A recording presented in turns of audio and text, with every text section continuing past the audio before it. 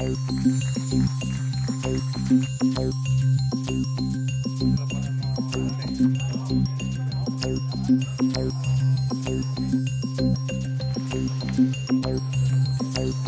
i senyors, molt bona nit. Avui, com acaben de veure, ha sigut un dia molt emocionant per als amants de la història i també per als que s'estimen un poc esta terra.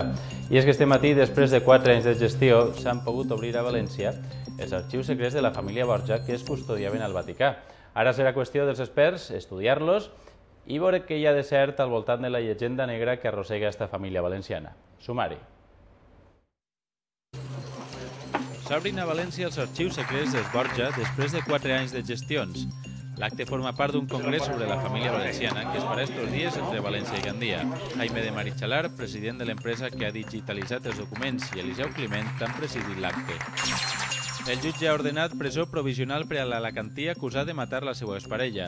Avui l'Associació de Telespectadors de Catalunya ha demanat a Antena 3 que retiri el programa on va aparèixer l'acusat dies abans de cometre suposadament el crim. El mes que ve les normes del 32 compliran 75 anys. Per este motiu, l'Acadèmia Valenciana de la Llengua ha organitzat una exposició a Castelló per homenatjar els impulsors d'estes normes que per primera vegada van unificar l'ortografia del valencià.